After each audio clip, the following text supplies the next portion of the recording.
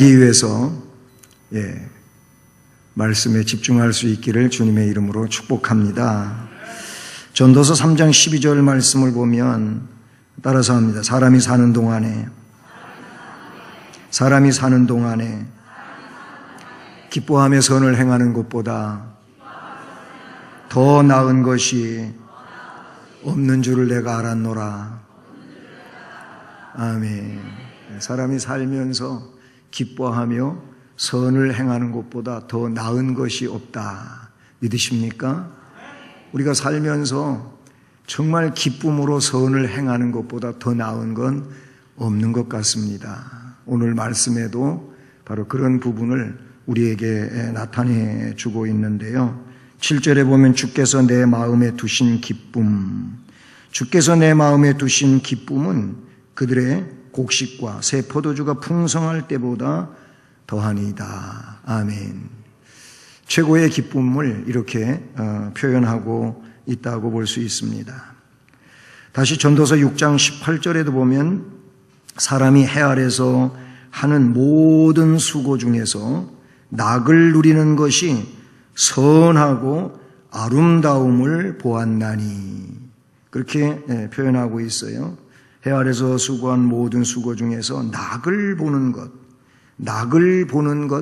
기쁨이죠. 즐거움이죠. 그걸 보는 것이 선하고 아름다움이라고 그렇게 말씀해 주고 있습니다. 그러므로 살아가면서 선을 행하고 낙을 누리는 것, 그리고 이렇게 기쁘고 즐겁게 사는 것은 정말로 훌륭한 인생이고 복 있는 인생이고 승리하는 그런 인생이 되는 줄로 믿습니다. 오늘 이 시편 4편 5절로 8절까지의 말씀은 우리가 5월 달에 암송하는 그런 본문이에요. 시편 4편 8절. 오늘 광고를 했어야 되는데 못했네. 여기 계신 분은 이제 이렇게 귀중한 광고를 들으셨는데 오전에 오시고 못 오신 분들은 이 광고를 못 들어서 다음 주일날 누가복음 19장 9절 10절을 하실 것 같아요. 바뀌었는데 제가 광고를 못 해가지고요. 우리 구역장님들은 구역 식구들한테 목사님이 광고를 못 하셨으니까 구역에서 광고하시고 암송하도록 그렇게 하겠습니다. 시편 4편 8절 말씀 마지막 절이 암송할 말씀인데 내가 평안히 눕고 자기도 하리니 나를 안전하게 하시는 이는 오직 여호와시니라. 아멘. 이 말씀이 됩니다.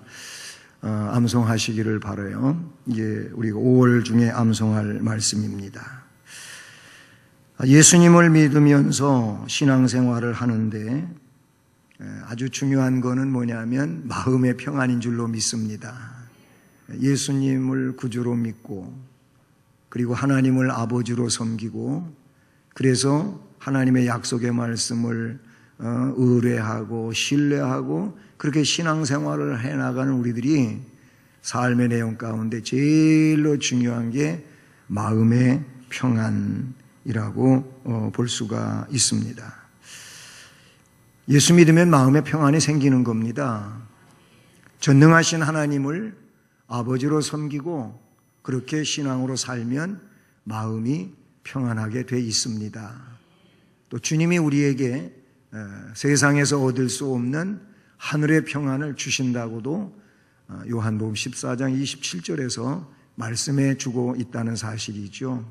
그래서 예수 믿으면 평안해집니다. 심령이 평안하게 될 줄로 믿습니다.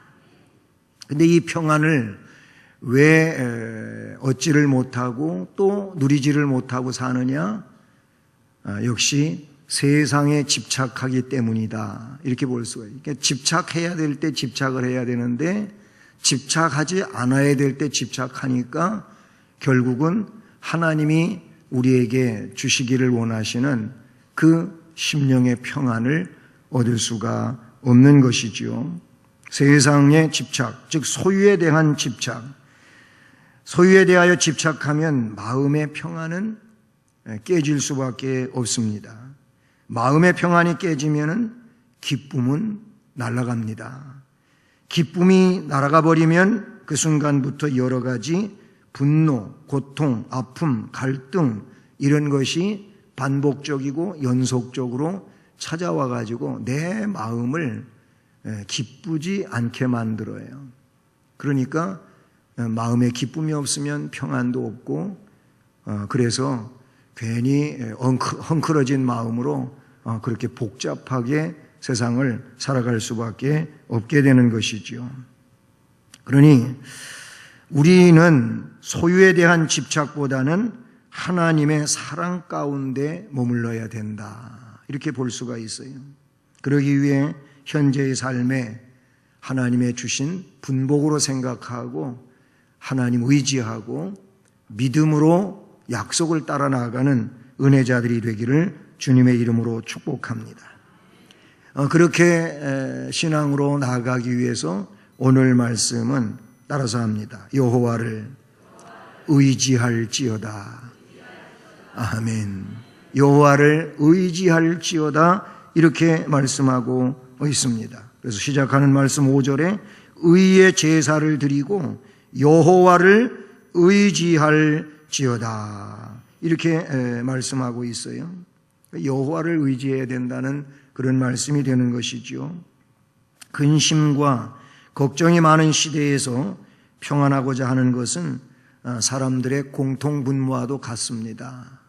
예수를 믿는 이들도 그렇고 예수 믿지 않는 이들도 보면은 다 이 세상 가운데에서 어떻게 하면은 근심 걱정을 덜고 평안히 살 수 있을까 하는 그런 공통분모는 누구나 가지고 있다고 하는 사실이죠.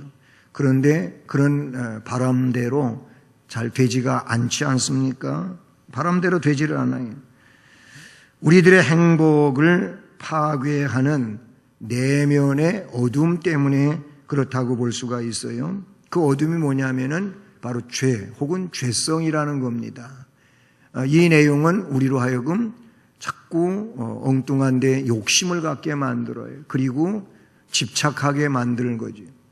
그러다 보니까 이 마음속에 하나님 주시는 그 하늘의 은혜가 자리를 잘 잡지를 못해요.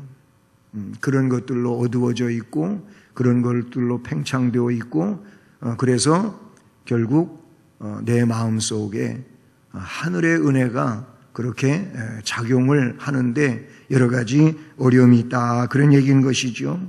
죄를 짓고 행복한 사람 있던가요? 없습니다. 이상하게 불안하지요. 그리고 자꾸 숨으려고 하고 하는 게 죄성입니다. 드러나기를 원치 않지요. 그래서 백주 대낮에 다녀도 그것들은 어떻게 해요? 자꾸 포장을 하고 숨기게 되어 있습니다. 죄는 그런 거예요. 아담과 하와도, 최초의 사람 아담과 하와도 하나님 명령을 거역했을 때 당장 나타난 그 결과는 뭐냐면 하나님의 낯을 피하여 숨는 겁니다. 그리고 또 자기의 그런 부끄러움을 가리워 보려고 그런 치장을 하게 된다는 것이죠. 숨는 거예요. 숨어. 하나님의 낯을 피하여 숨고 사람의 낯을 피하여 숨고, 그리고 그냥 은밀하게 다니려고 하고 그러는 거예요. 드러내놓고는 그렇게 못하는 것이 이게 사람의 어떤 심령의 작용들이라고 볼 수가 있어요. 죄는 평안을 깨뜨립니다. 죄는 양심의 가책을 가져옵니다. 죄는 우리 영혼으로 하여금 신음에 이르게 하는 이런 것들이 죄의 문제예요. 잠언 17장 22절에 보면 따라서 하십니다. 마음의 즐거움은 양약이라도 심령의 근심은 뼈를 마르게 하느니라. 아멘. 마음의 즐거움이 있어요. 이 마음의 즐거움이 있으면 그게 약이 된다는 겁니다. 그러나 심령 속에 근심이 있으면 뼈를 마르게 한다, 이렇게 말씀하고 있어요. 그러니까 다시 말하면 이 마음의 행복함을 가지고 있는 사람은 그 자체로서 그 자기 자신을 치료하는데, 그것이 어떤 영적이고 심령적인 문제뿐만이 아니고 육신적으로도 그 기쁨은 내 몸에 연약한 것을 치료하게 되어 있어요. 하나님이 그렇게 만드셨어요, 우리의 몸을. 근데 이 마음 속에 그렇게 기쁨이 없어. 예? 오히려 그 반대로다가 근심이 많고 걱정이 많고 두려움이 많고 이런 것들이 많아요. 많으면 그 잠언 17장 22절에서 말씀하고 있는 것처럼 이게 나를 상하게 하는 거예요. 근심 많이 하는 사람 치고 얼굴이 확 펴진 사람은 없어요. 근심하기 시작하면은 얼굴이 벌써 근심에 쌓이게 되어 있어요. 그래서 자주 만나는 분들이 그런 분을 보면은 당장 뭐라고 말하겠습니까? 뭐 근심 있어? 이렇게 묻는 거예요. 여기 얼굴에 써붙이고 다니니까. 어떻게 알았어? 얼굴에 그렇게 써 있거든? 이렇게 하지 않습니까? 그 얼굴이, 자기 얼굴이 마음에 근심이 있고 걱정거리가 있으면은 그렇게 얼굴에 나타나게 되어 있어요. 그게 어찌할 수 없는 그런 상황인 거죠. 그래서 얼굴만 그렇게 되어지는 것이 아니고 우리가 표현하는 것처럼 속이 상해. 속이 상하는 거예요. 속이 상하다 보니까 결국 건강의 문제가 이상으로 나타나게 되는 이런 일들이 있다는 것이죠. 기쁘게 살면은 행복한 겁니다. 아까 그래서 전도서의 말씀 우리가 낭독하고 따라서 하고 그렇게 했습니다마는, 그래 살아가면서 심령의 낙을 누리는 것보다 더 좋은 일이 없어요.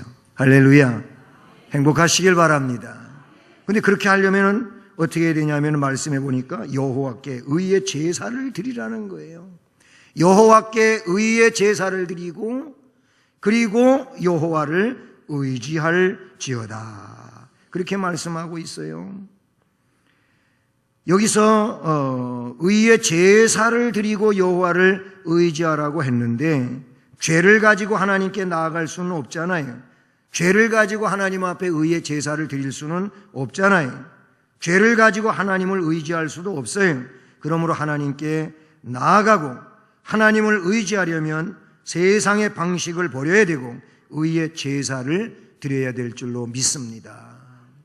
재물도 중요하지만 재물의 중요성 이전에 바로 의의 제사를 드릴 수 있는 그 심령이 되어야 된다라는 거예요. 우리는 가인의 제사도 있고 아벨의 제사도 있고 둘 다 제사는 드렸어요. 드렸는데 하나님이 가인의 제사는 받지를 않아요. 아벨의 제사는 하나님이 받으셔요. 근데 가인과 그 제사는 받지 않으시고 아벨과 그 제사는 받으셨다. 이렇게 문장을 구성하고 있거든요. 이게 뭘 말하는 걸까요? 가인의 단순한 제사가 아니에요. 아벨의 단순한 제사가 아니고 그의 삶을 배경으로 하고 있는 거예요.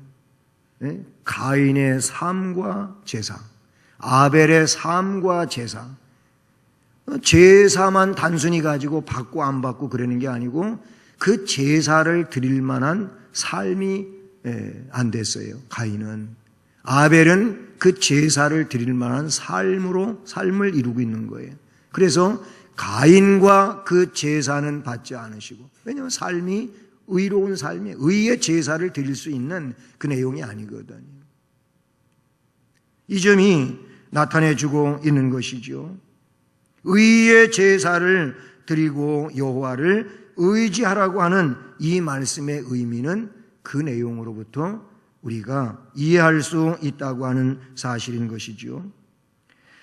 하나님께 나아가고 하나님을 의지하려면은 그러므로 세상 방식을 버려야 되고 의의 제사를 드려야 된다고 말씀하고 있는 것이죠. 회개의 눈물로 나아가는 것은 의의 제사의 첫걸음이라고 말할 수가 있는 것이죠. 그냥 적당히 넘어갈 수 있다고 생각할 수 있지만은 하나님 앞에서 우리는 우리의 의로움을 철저하게 이루어가기 위하여 그래서 성경은 회개를 촉구하고 있다는 사실이죠. 예레미야 17장 7절, 8절 그리고 9절 이하에 이런 말씀들을 보게 되면은요, 거기 여호와를 의지하여 또 여호와를 의뢰하는 그 사람은 그랬어요. 그런 사람은 복을 받을 것이라.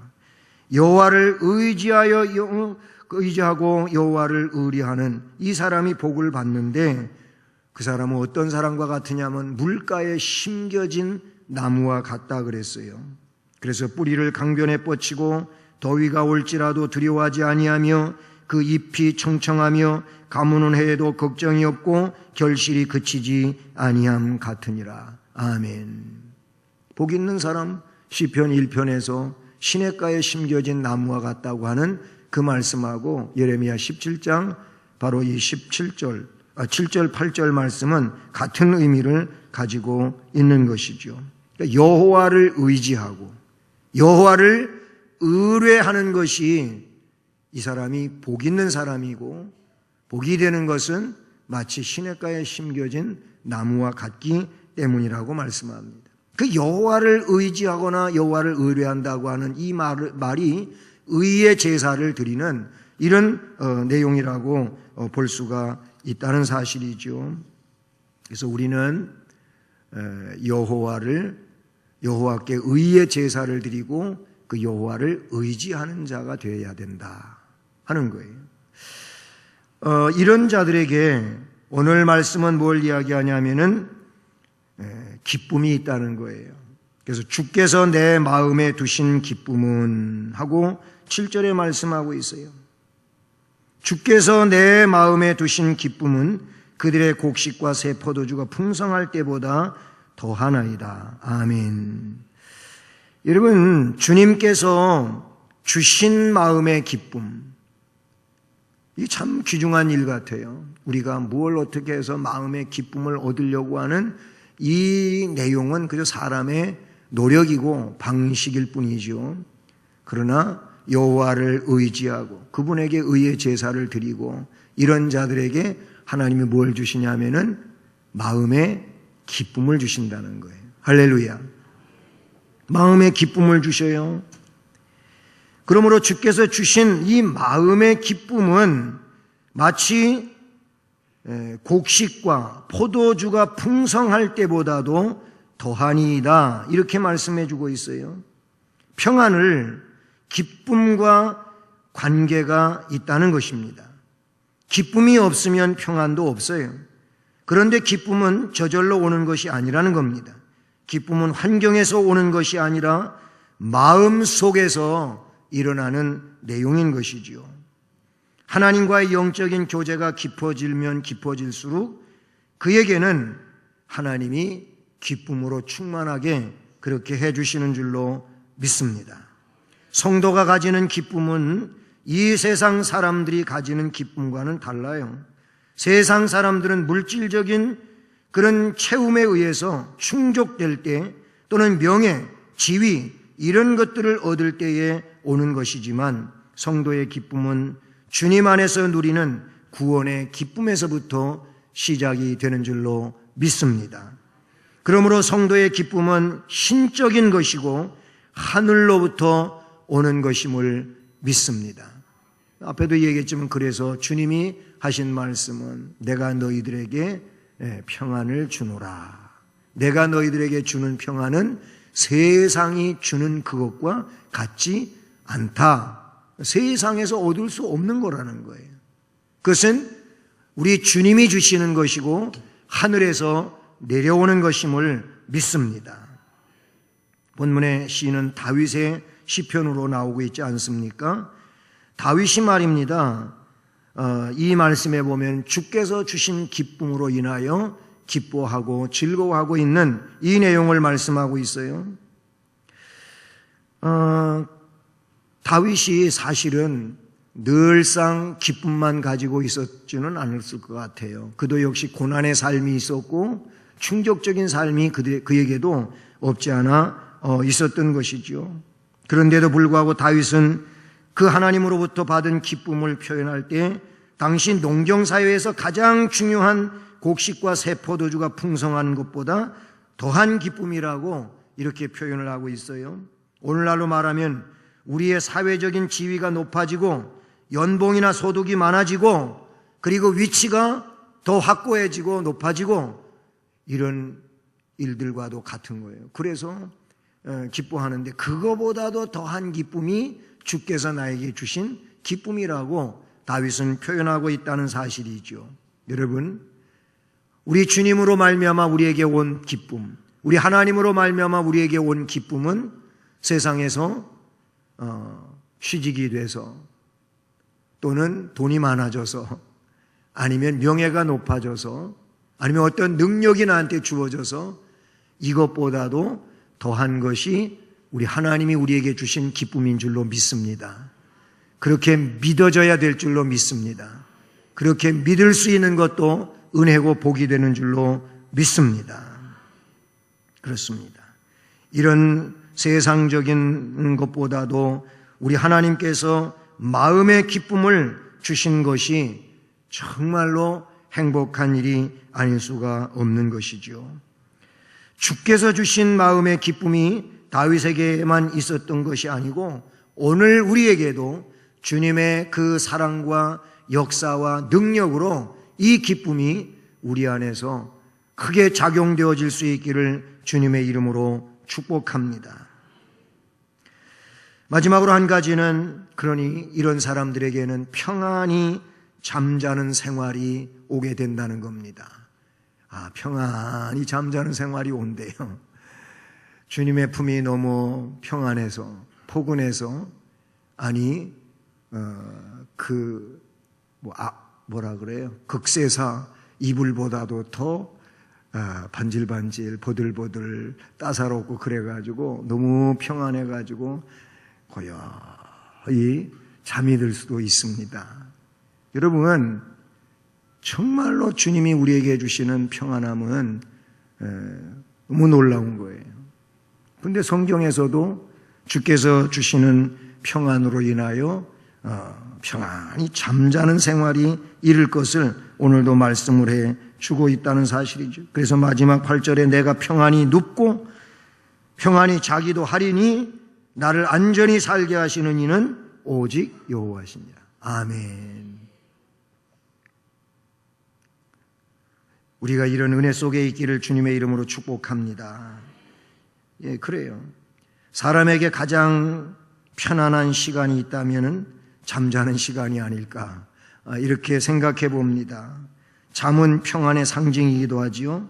평안하면 잠을 잘 자게 되어 있지만은 평안치 못하면은 자려고 해도 잠이 오지를 않습니다. 자꾸 고민스러운 생각이 마음속을 어지럽히고 있어가지고 이 잠이 오는 신경을 아주 억제하고 날카롭게 만들고 그래서 오던 잠도 다 달아나 버리고 점점 더 눈은 커지고 말똥말똥해지는 이런 상황이 되죠. 왜 그러냐면 마음에 평안이 없으면은 그럴 수가 없고 그러니까 잠이 잘 오지를 않는 거죠. 근데 많은 사람들이 밤이 되면 누구나 잠을 잘 잘 수 있다고 하지만은 그렇지 않은 분들도 있어요. 이것이 또 질병 때문에 그럴 수도 있겠지만은 근데 그렇지 않으면서도 그런 상황은 벌써 심령의 문제가 있는 내용이 되기도 하는 것이지요. 시편 127편 2절 말씀을 보면 따라서 하십니다. 여호와께서 그의 사랑하시는 자에게 뭘 줘요? 잠을 주시는도다 그랬어요. 여호와께서 그의 사랑하시는 자에게 잠을 주시는도다. 제가 그 사랑하시는 자에게 잠을 준다니까 잠은 되는 거구나 그렇게 생각하지만 여러분 꼭 잠이라고 하는 내용을 그냥 문자적으로만 생각지 마십시오. 이미 설명했지만은 여기서 말하는 잠은 뭘 말하냐면 평안을 주시는 거예요. 하나님께서 그에게 평안을 주시니 평안히 잘 수 있다 그 말이에요. 하나님께서 그에게 평안을 주시니 신경 안 쓰고 잠을 잘 수 있다. 이런 말씀의 내용이라는 거예요. 평안히 눕는다. 평안히 누워서 잠을 잔다. 그것은 곧 잠의 문제보다도 평안을 약속하고 있는 그런 말씀인 줄로 믿습니다. 다니엘이 다니엘서에 보니까 하나님 경배하는 일을 무슨 문제 때문에 내려놓지를 않았어요. 잠시 좀 한 달 동안만이라도 비켜가야 되겠다. 이런 게 아니에요. 그냥 고집스럽게 하나님 앞에 기도하고 그렇게 삽니다. 그가 늘 해오던 것처럼 그렇게 해요. 그러니까 다니엘 죽이려고 이제 다른 신에게 기도하는 일을 하면은 안 되게 이상한 법을 만들었지 않아요? 그래서 그 사람들은 다니엘 죽이려고 한 거니까 다니엘만 지켜보면 되는 거예요. 다른 사람 상관도 안 해요. 필요도 없어요. 다니엘이 그전처럼 하나 안 하나 이걸 보는 거예요. 근데 당장 다니엘은 하루에 3번씩 기도하던 대로 기도를 합니다. 그렇지, 그러면 그렇지. 틀림없이 우리의 생각대로 됐다 갖고 황제한테 갔다 일러 바치잖아요. 왕이시오. 왕이 그렇게 어인을 찍어서 공포했음에도 불구하고 저 다니엘 총리는 여호와 하나님 앞에 기도하던데요. 주저하지도 않고 기도하던데요. 그래, 왕이 그때 생각했어요. 요거 다니엘 잡으려고 이렇게 한 거구나. 근데 왕이 자기의 왕의 도장을 찍었으니 어떡합니까? 이거를 또 번복할 수는 없잖아요. 그래서 다니엘이 붙잡혀 오게 됐고 사자굴 속에다 갖다가 집어넣었어요. 그 사자들이 굶주린 사자고 엄청 무서운 거예요. 그런데 그 속에 들어갔지만은 그 속에서도 평안히 잘 수가 있었어요. 아마 거기 들어가면은 웬만한 사람은 다 기절해가지고 벌써 죽을 거예요. 정신이 나가가지고 어떻게 할 줄 모를 거예요. 근데 그 속에서 평안히 잤어요. 하룻밤을 지냈어요. 오히려 사자털이 너무 따뜻한 그런 곳이 됐어요. 그래서 사자하고 엉켜가지고 하룻밤 잤지 않겠어요? 그 다음날 새벽같이 왕이 잠도 제대로 못 자고 그 사자굴 앞에 가가지고 다니엘아, 너의 하나님 여호와가 너를 잘 지켜주셨느냐고 사자굴을 향하여 얘기하니까 왕이시여 만세수를 하옵소서. 제가 한밤 여기서 잘 지냈습니다. 어서 나오게 했어요. 그리고 다니엘을 모함하고 죽이려고 했던 이 사람들을 다 붙잡아다가 사자굴 속에다 갖다가 떨어뜨렸는데 땅에 닿기도 전에 사자들이 다 어떻게 했다고? 먹어버렸어요. 다니엘에서 나오는 말씀이에요. 여러분, 다니엘은 그 속에 들어가서도 평안히 잘 수 있었어요. 베드로 사도는 지금 내일이면 붙들려 나가서 죽을 지경인데, 이런 상황인데도 밤중에 하나님이 사자를 보내가지고 그를 이끌어내시지 않습니까? 근데 사자가 와서 그를 깨우기 전에 그는 깊이 잠들고 있었어요. 성경의 사도행전에 나오는 말씀이잖아요. 아니 지금 내일이면 죽을 마당인데 잠이 와? 잠이. 다른 사람들은 내일 죽는 사형수라면은요 잠 못 잔대요. 사람이 완전히 미쳐버린대요. 자기의 사형 시간을 알면은 그렇게 미친대요. 그래서 미리 사형 시간을 알려주지도 않는데요. 그러는데 베드로는 그렇게 거기서 깊이 잠들 수 있어요? 옆구리 찔러가면서 야 일어나 일어나 일어나라고 깨울 정도로다가 깊이 잠을 자고 있어요. 어떻게 그렇게 할 수 있을까요? 주님께서 그에게 평안을 주셨기 때문인 줄로 믿습니다. 오늘 말씀에도 내가 평안히 눕고 자기도 하리니 나를 안전히 살게 하시는 이는 오직 여호와시니이다. 아멘. 말씀하고 있지 않습니까? 여호와께서 그의 사랑하시는 자에게 잠을 주시는도다. 아멘. 평안을 주시는 줄로 믿습니다. 그렇습니다. 본문에 다윗은 압살롬이 쿠데타를 일으켜서 왕권을 잡으려고 함으로 쫓기는 신세가 됐어요. 도망자의 신세인 겁니다. 다윗은 나를 치려고 하는 사람들이 1000만이라고 했는데, 그런데 수없이 많다고 하는 뜻 아니겠습니까? 그럼에도 불구하고 그는 평안할 수가 있었어요. 평안히 눕기도 하고 자기도 하리니 어떻게 그럴 수 있었습니까? 시편 23편의 말씀을 보니까 여호와는 나의 목자시니 내게 부족함이 없으리로다. 그가 나를 푸른 풀밭으로 잔잔한 시냇물가로 인도하시는도다. 그런 믿음으로 하나님을 의지하고 앞에 의의 제사를 드리고 여호와를 의지할지어다. 왜 그랬어요? 그렇게 사니까 그는 마음속에 평안을 가질 수 있었다고도 생각해 보는 것입니다. 하나님께서 나를 안전하게 거하시기 때문에 두 손 두 발 쭉 뻗고 편히 잘 수가 있지 않겠습니까? 이것이 다윗의 믿음인 줄로 믿습니다. 다윗의 믿음의 삶은 절망에 빠진 자에게 소망을 던져주는 메시지입니다. 다윗의 믿음의 삶은 반석에서 물이 터져 기갈 속에 있는 자에게 생수를 마시게 하는 그런 메시지가 되는 줄로 믿습니다. 다윗의 믿음은 풍랑 속에서도 평안히 잠을 이루게 하는 승리의 메시지가 된다, 그런 얘기. 아직 제자들에게는 이런 평안이 있지를 못했어요. 갈릴리 바다에서 갑작스럽게 풍랑이 일어나가지고 배가 지금 막 기우뚱거리면서 배 고물로 물이 넘어오고 이런 상황이에요. 근데 예수님은 저 배 밑에 가서 깊이 주무시고 계시는 거예요. 그래서 제자들이 예수님을 깨웠어요. 자신의 노력으로 할 수 없기에 예수님을 깨웠어요. 믿음이 없는 자들아 왜 의심하느냐 하고 예수님이 바람을 향하여 풍랑을 향하여 잔잔하라 그랬더니 어떻게 금방 고요해졌다고 성경은 말씀해 주고 있어요. 거기도 예수님이 깊이 주무시고 계십니다. 평안하시기 때문에 그런 줄로 믿습니다. 지난번 성탄절 때인가 성극하던 생각이 나네.